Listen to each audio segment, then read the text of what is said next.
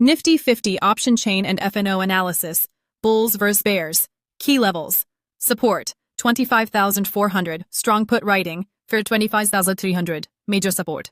Resistance 25,500. Call writing का गढ़ फिर 25,750. अगर थोड़ा तो fireworks. PCR ratio 0.95. थोड़ा bullish mood पर एन से नीचे है मतलब calls का pressure ज्यादा. Open interest, OI. Data. Long build-up in Nifty futures, OI or around 7% with price flat. Smart money. Proprietary traders position बना रही है. Bank Nifty futures, OI 0.39% with price down. Short build-up. Banking sector में tension. Max Pain. Nifty at a 25 hours मतलब कल expiry तक यहाँ झूलने की उम्मीद. WHO is bullish bearish. FIIs versus DIIs versus retail. FIIs विदेशी निवेशक. इंडेक्स फ्यूचर्स में net seller RS68 CR short करके बेयरिश स्टैंड दिखाया. कैश मार्केट में बिकवाली 6 दिन लगातार नेट सेलर कल RS70 CR. Verdict bearish Trump tariff को लेकर डरे हुए. DIIs देशी संस्थान कैश मार्केट में खरीदारी कल RS1 53 CRs की खरीद. स्ट्रैटेजी बाय ऑन डिप 25,300 25,400 के लेवल पर सपोर्ट करेंगे. वर्डिक्ट बुलिश डोमेस्टिक कॉन्फिडेंस ज्यादा. And now, retailers की बात करें. Retail traders, छोटे निवेशक, निफ्टी फ्यूचर्स में लॉन्ग्स बनाए. OI बढ़ने का मतलब चढ़ाव आया तो खरीदेंगे. रिस्क विक्स 2%, अब 12.56. अगर वॉलेटिलिटी बढ़ी तो स्टॉप लॉस ट्रिगर होगा. Verdict cautious bullish equipe sitte upche maybe sorry statistica maybe amira mitkuzen uspari लेकिन FIIs के आगे पानी भर सकता है. ट्रंप टैरिफ इम्पैक्ट कल का बिगेस्ट ट्रिगर. क्या हुआ? ट्रंप ने Japan, south Korea, south Africa पर 40% टैरिफ छोंके.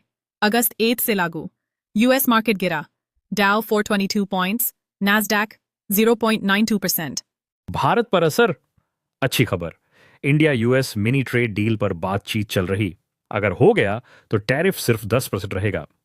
बुरी खबर नो डील अगस्त में 50% प्लस टैरिफ. FIIs भागेंगे. Asian markets reaction. Japan +0.5%, south Korea +1.5%. इन्हें लगता है ये सब दिखावा है, डील हो जाएगी. ट्रेडर्स के लिए स्ट्रैटेजी. अगर डील की अफवाह आई निफ्टी 25,600 तक उछलेगा. अगर नकारात्मक खबर आई 25,300 तक गिरावट. Major news impact. भारत बंद प्लस ग्लोबल क्यू. भारत बंद 9 जुलाई. कौन प्रभावित? Bank, transport, PSUs. लेकिन स्टॉक मार्केट खुले रहेंगे. Market effect. ट्रेडिंग वॉल्यूम कम होगा, वॉलेटिलिटी बढ़ सकती है. अगर हिंसा हुई तो सेंटीमेंट खराब. Global Q. कच्चा तेल पुरड़े. क्रूड ऑयल 67 बैरल पर स्थिर. OMC स्टॉक्स IOC BPCL के लिए अच्छा. US FOMC मिनट्स कल रात. अगर रेट कट का संकेत मिला ग्लोबल मार्केट रैली. रुपया 85.55 USD पर कमजोर. IT pharma stocks TCS Sun pharma को फायदा. Technical view. Nifty and bank. Nifty trade. Setup. Nifty 50. Bull case 25,500 ऊपर क्लोज. टारगेट 25,650. 25,800. भालू केस 25,400 तोड़ा. गिरावट 25,300. 25,100. Candle pattern. कल डोजी बना. इंडिसिजन. आज का क्लोजिंग डिसाइड करेगा ट्रेंड. Bank Nifty range 56,800.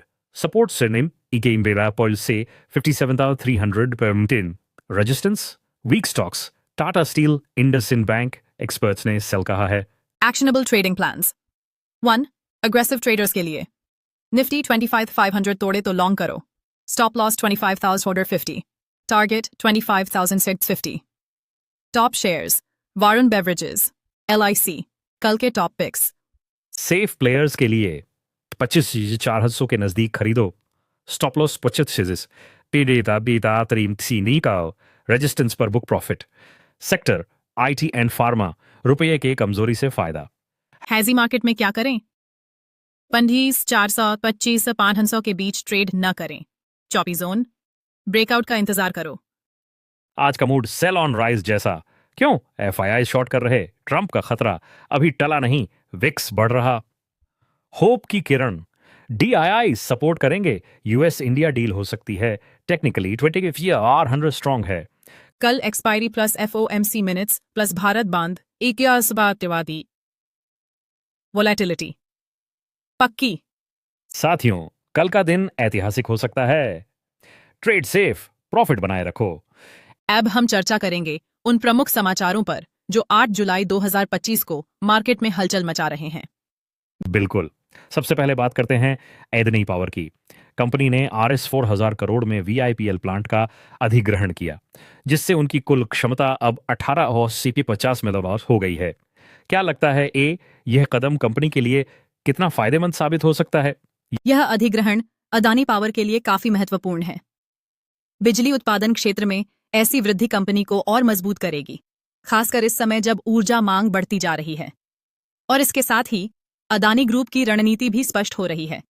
वे बिजली क्षेत्र में और अधिक निवेश करना चाहते हैं। एकदम। अब बात करते हैं पूरा वनकारा की, जो मुंबई के चेंबूर में RS2 100 करोड़ का एक बड़ा रियल एस्टेट प्रोजेक्ट शुरू करने जा रहे हैं। ये क्या एक नई दिशा में कदम होगा? रियल एस्टेट सेक्टर में यह एक बहुत बड़ा कदम हो सकता है। चेंबूर जैसे प्रमुख स्थान पर इस तरह के बड़े प्रोजेक्ट से शहर में आवासीय और व्यावसायिक विकास बढ़ेगा। अब यह देखना होगा कि कितनी जल्दी यह परियोजना आकार लेती है और बाजार में उसकी स्थिति क्या होती है। ठीक कहा आपने। और अशोका बिल्डकॉन ने वेस्ट बंगाल में RS1 391 करोड़ का NHAI-HAM प्रोजेक्ट फाइनेंशियल क्लोजर कर लिया है। यह प्रोजेक्ट राज्य में इंफ्रास्ट्रक्चर के लिए क्या भूमिका निभाएगा? यह प्रोजेक्ट एक बड़ा गेम चेंजर हो सकता है, खासकर सड़क परिवहन के लिए। वेस्ट बंगाल में इस तरह की परियोजनाओं से परिवहन नेटवर्क मजबूत होगा और इससे राज्य के विकास को भी बढ़ावा मिलेगा। अब कुछ दिलचस्प इक्विजिशन की बात करें। अदानी ग्रुप ने जयप्रकाश एसोसिएट्स के RS12 के 600 करोड़ के एसेट्स को खरीदने के लिए एक बोली प्रस्तुत की है। ये कितनी बड़ी बात है? यह बड़ा कदम है क्योंकि अदानी ग्रुप लगातार अपनी मौजूदगी को बढ़ा रहा है। इस तरह के अधिग्रहण से कंपनी की पोर्टफोलियो को और मजबूत किया जाएगा, खासकर उन क्षेत्रों में जो पहले से ही उनके फोकस में हैं। और लुसेंट इंडस्ट्रीज ने मोब एवेन्यू मीडिया को अधिग्रहित किया है। यह एक अच्छा कदम लगता है, खासकर AI और एडटेक के तेजी से बढ़ते क्षेत्र में। हाँ, AI और एडटेक में विकास की बहुत संभावनाएं हैं। ऐसे अधिग्रहण कंपनियों को नए बाजारों में प्रवेश करने और तकनीकी रूप से उन्नत बनने का मौका देते हैं। बिल्कुल। अब हम बात करते हैं कुछ नए प्रोजेक्ट्स और फंड रेजिंग की। ओमैक्सी लिटू बाई ने इंदौर के सुपर कॉरिडोर पर RS1 200 करोड़ का निवेश करने का फैसला किया है। यह शहर में विकास के लिहाज से कितनी महत्वपूर्ण योजना हो सकती है? यह निवेश इंदौर जैसे शहर के लिए काफी मायने रखता है। सुपर कॉरिडोर जैसे प्रमुख इलाकों में निवेश से इंफ्रास्ट्रक्चर के विकास को गति मिलेगी और यह न केवल रियल एस्टेट बल्कि शहरी विकास के लिए भी सकारात्मक संकेत है। सही कहा आपने। एक और दिलचस्प बात है, एडलवाइस ने RS 300 करोड़ के NCDs लॉन्च किए हैं, जिनका यील्ड 10.5% तक है। ऐसे फंड रेजिंग के अवसर निवेशकों के लिए कितने आकर्षक हो सकते हैं? ये अवसर निश्चित तौर पर निवेशकों के लिए आकर्षक हैं, खासकर जो उच्च यील्ड की तलाश में होते हैं। हालांकि यह भी देखना होगा कि मार्केट की स्थिरता और जोखिम कितने अधिक हैं। एकदम सही। और अंत में हम बात करते हैं IPO के बारे में। हीरो मोटर्स ने RS1 और 200 करोड़ के IPO के लिए DRHP दाखिल किया है। क्या यह एक महत्वपूर्ण कदम है? यह बहुत ही महत्वपूर्ण कदम है। हीरो मोटर्स के IPO से बाजार में काफी हलचल हो सकती है, खासकर अगर उनका निवेशकों को आकर्षित करने में सफलता मिलती है। ऐसे कदम भारतीय कंपनियों को वैश्विक स्तर पर और प्रतिस्पर्धी बना सकते हैं। तो आज के अपडेट्स यही थे। बहुत सारी नई जानकारियां मिली हैं और इसमें से कौन सा कदम सबसे अधिक प्रभावी साबित हो सकता है, यह देखने का समय आएगा। बिल्कुल। भविष्य में इन सब खबरों का असर निवेशकों और उद्योगों पर कैसे पड़ेगा, यह दिलचस्प होगा। अगले एपिसोड में फिर मिलेंगे। तब तक के लिए धन्यवाद। धन्यवाद। सब्सक्राइब जरूर करें।